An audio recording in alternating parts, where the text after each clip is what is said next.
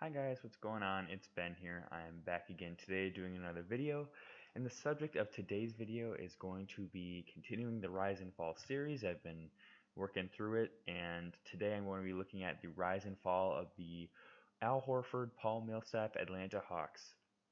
So if you've been watching this series at all, I just did the Joe Johnson Hawks, which are the 5 years prior to this era, but I thought it was distinct enough and interesting enough that I wanted to chronicle Al Horford and Paul Millsap's tenure in Atlanta because they also carried on this perennial playoff contender.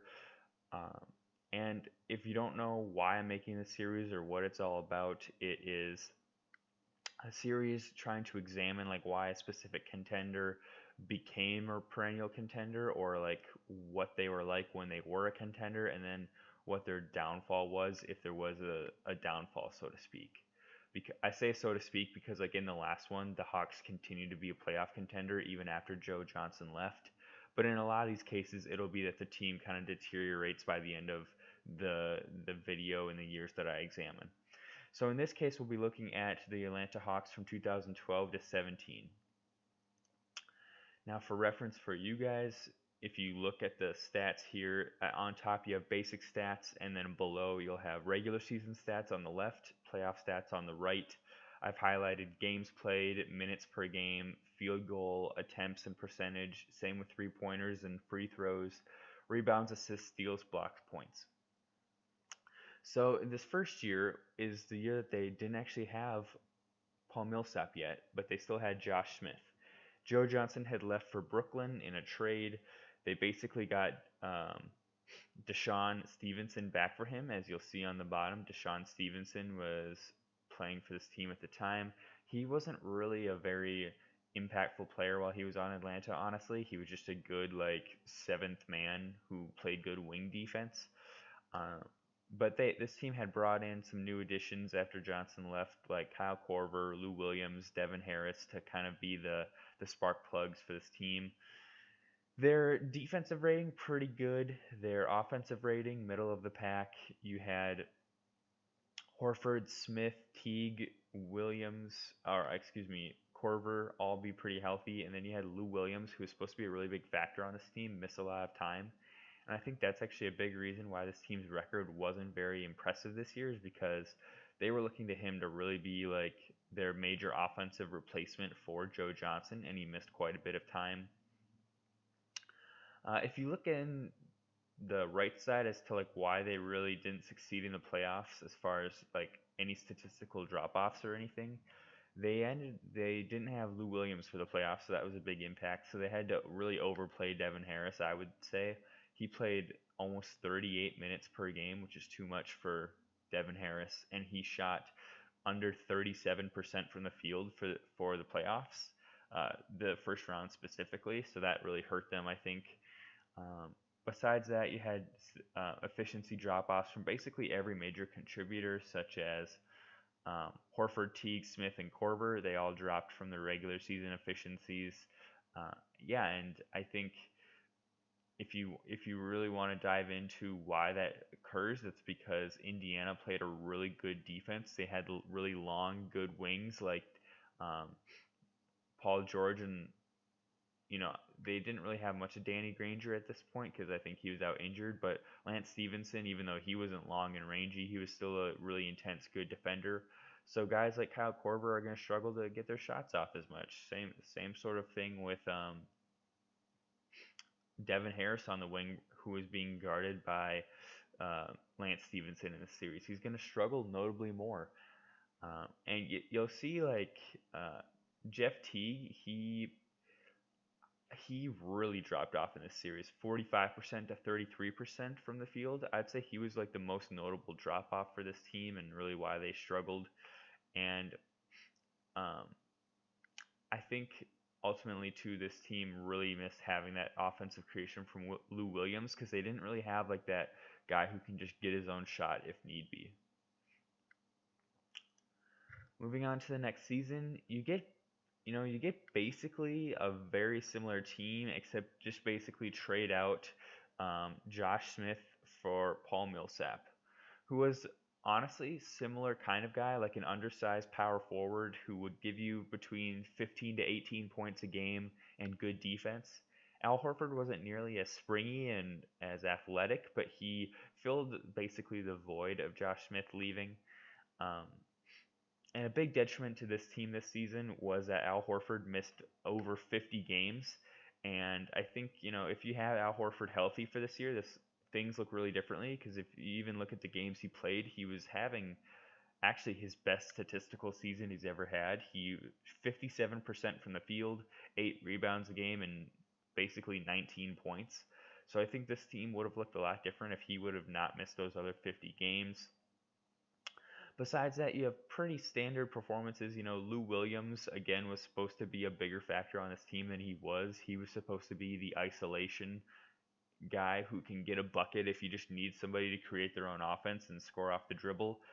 And he missed over 20 games, and his efficiency really struggled this year, and he really just wasn't himself. And that, I think, really hurt this team too, is that between the prior year and this year, they really had expected a lot more from Lou Williams during these years, and he really didn't do it for them. And I think that really hurt them quite a bit.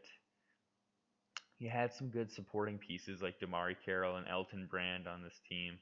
And, rolling into the playoffs, they weren't really expected to do much, but they actually did push Indiana to 7 games. So that was impressive considering in the playoffs they were missing Al Horford. And besides that, they also were dealing with Lou Williams playing limited minutes and not really being that good. And Elton Brand not really being an impact player at all either. Um, so considering that, and considering Pero Antic had to play major minutes, um, and he shot, as you can see, less than 17% from the field in those minutes, it's still pretty impressive that they pushed the one-seeded Indiana to 7 games. In the next year we have here, this is the anomaly season, everybody says. The year that the Atlanta Hawks way overachieved, shouldn't have been nearly as good as they were. They had brought in Mike Budenholzer as their coach. They were the 1 seed in the East as a 60-win team. They made it to the Eastern Conference Finals, where they did obviously lose to Cleveland. But a big key for this team was that they had everybody healthy for the first time in a while also. No more Lou Williams. He left, but you brought in Dennis Schroeder as I believe, a rookie, and he was a pretty good sixth man as a rookie. 10 points per game in less than 20 minutes a night is really pretty efficient scoring. You could argue he's just taking a ton of shots when he does play, but I think he was a good spark plug off the bench.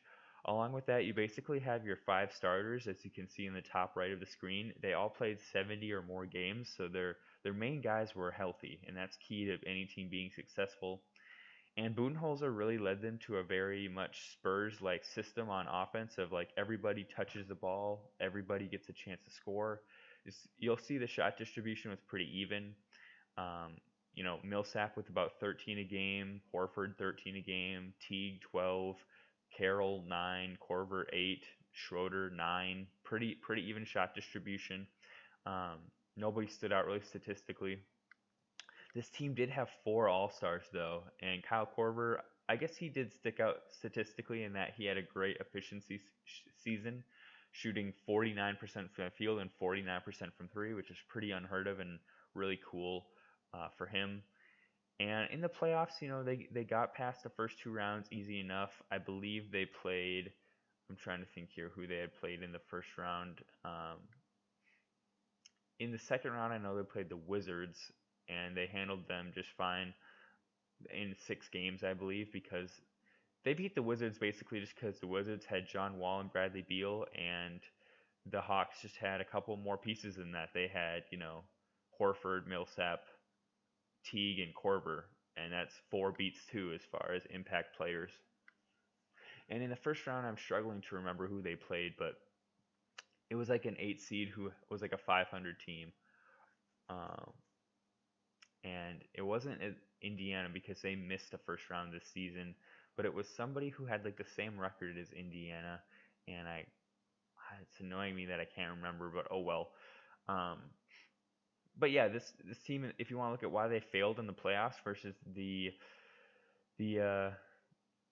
Cavaliers, if you look at Kyle Korver, his efficiency dropped off big time. He was like an efficiency darling, as I just recently commented on in the regular season. And in the playoffs, his efficiency was actually pretty bad. Same with Paul Millsap, his efficiency dropped to be, relatively bad. Same with Jeff Teague. And again, you're playing this team like Cleveland, who has Kyrie and LeBron, who are two really good isolation scorers, but also guys who can create offense for themselves and others off the dribble. And that's really what this Atlanta team post Joe Johnson always lacked, was a guy who could score off the dribble and create his own offense. They never had that. That's what Lou Williams was supposed to be, and he wasn't. And that's what this team just lacked. Like, their wings were DeMarre Carroll, who's essentially just out there for defense, and then um, Kyle Korver, who's a spot-up shooter, but nobody who can create their own offense. So if we continue on from this season to 2015 to 16, basically the same exact team here, except swap out Kent Bazemore for DeMarre Carroll. And if you want to look at why this team struggled, their defense was still really good, but their offense dropped off a bit. And you look at Kyle Korver, his 3-point shooting dropped down like 10 points. His field goal percentage dropped down like 6 percentage points. Kent Bazemore was less efficient than DeMarre Carroll. And overall, I think this team just kind of struggled because people were, I don't want to say figuring them out, but just like what they were doing was seen as like less revolutionary, because people were figuring like, they can beat you collectively, but they can't beat you on their own, because LeBron showed you last year, none of them can beat you by themselves. They need to basically play perfectly collectively to beat you. And again, in the playoffs, because none of these guys can create their own shot and they all have to rely on like perfect passing and everything, they struggled offensively and their efficiencies dropped. You'll see on the right, Jeff Teague's field goal percentage, 38. Kent Bazemore, 36. Those are really bad for people playing major minutes and collectively shooting 24 shots a night, which is basically a fourth of your team's offense was shooting at like 37% from the field. So yeah, they faced Cleveland again and again. They got swept, and I don't want to just attribute their struggles to playing Cleveland, but again, that Cleveland exposed them with the same sort of things. Cleveland had LeBron, who is still an okay defender at the time. They had a big physical team with Tristan Thompson and Mozgov still, and Iman Shumpert and Della Vedova. Those are all really rugged physical defenders, and Atlanta, without a guy who could really create offense for the team. Jeff Teague tried his best, but he's not a guy who really can score or get his own shot off the dribble super well.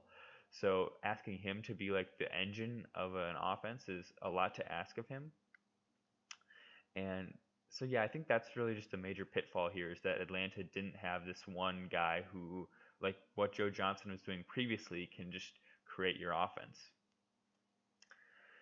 And then we get to 2016 to 17, the last year in this road, and the big difference here is you lose a lot of major pieces. You lose Jeff Teague to free agents, or not free agency, but trade, I actually believe it was, and you lose Al Horford to free agency. They brought in Dwight Howard to replace him, and Dennis Schroeder took over the starting role. And you look at this team and you say, okay, they basically trade Horford and Teague for Tim Hardaway Jr.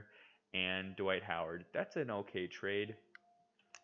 In theory, yes, but the pieces just didn't work out as well, and they lost a lot of something that's very intangible, which is chemistry. And, Teague had been there for the last 7 seasons. Horford had been there for the last 9 seasons. They lost a lot of chemistry losing those guys. And you also look, they traded Korver during the midst of the regular season. He was having an okay year, but they just thought that they didn't really need his contract on the books, so they got rid of him. And Schroeder was doing fine as a second option on this team, but I don't think that on any team Dennis Schroeder is cut out to be the second option. I think he's really best fit as what he's on Oklahoma City now, like a sixth man, fourth, fifth option on offense.